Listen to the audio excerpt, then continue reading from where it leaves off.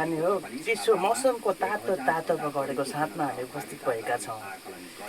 हामीले आज ल्याएका छौँ यो पकौडे बनाउँदैछ हामी।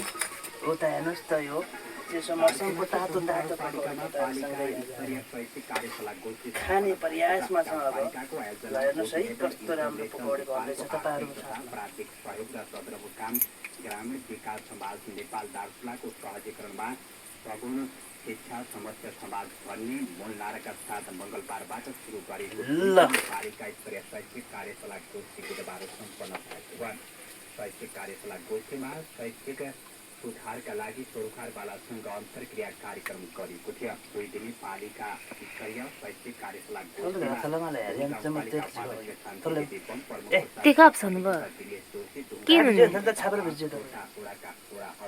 तेल जम्मा के अब हाल्दा सामुदायिक विद्यालयका प्रधानाध्यापक 10वटा सामुदायिक विद्यालयका विद्यालय व्यवस्थापन समिति अध्यक्षहरू सामुदायिक ग्रामीण विकास समाज हेर्नुहोस् त यो चिसो मौसममा यसको पकौडी बनाएर खायो भने लट्रक्कै हो। हेर्नुहोस् त कस्तो भइरहेछ यो। यति रमाइलो भएको छ, यति राम्रो भएको छ।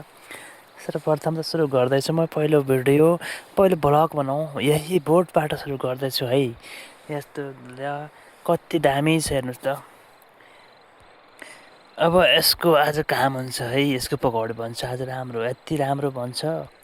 अनि त्यसपछि तपाईँहरूलाई म सन्तरा देखाउँछु है, कस्तो राम्रो छ सन्तरा। अनि हाम्रो उताको त्यो माथिको डाँडोमा पारिपट्टि हाम्रो गाउँ, अनि त्यहाँबाट उता माथितिर हेर्नुहोस् त आजभोलि नयाँ रोड बन्दैछ, त्यतातिर नयाँ रोडहरू बन्दैछ। अनि त्यहाँ पनि कति रमाइलो भइरहेछ। अनि उता पनि छ सन्तरा, उता पनि फलेको छ। उता सन्तरा पहिले टम्मै थियो, अझ चिसो बढ्यो, सँगसँगै बच्चाहरूले सबै ढुङ्गाले हानेर सबै झराइसके। अनि उतातिर खोला छ हाम्रो, अनि त्यो खोलाको माथिपट्टि हेर्नुहोस् त उता त जङ्गल, कति राम्रो जङ्गल। अनि गाउँहरू हेर्नुहोस् त कति फुलिरहेछ, तोरी फुलिरहेछ। गाउँहरू पनि अहिले हरियाली भएको छ, सबैतिर हरियाली छ। तर उता रोड काटेर पुरै पहिरो गएको छ, माटोहरू सबै फालेको छ, ढुङ्गाहरू फालेको छ। अनि पारिपट्टि हाम्रो छेउमा सानो पिच सडक, अनि सुदूरपश्चिम त्यसै गरी महेन्द्र राजमार्ग, त सुदूरपश्चिम महाकाली राजमार्ग भन्नुपर्छ हुन्छ।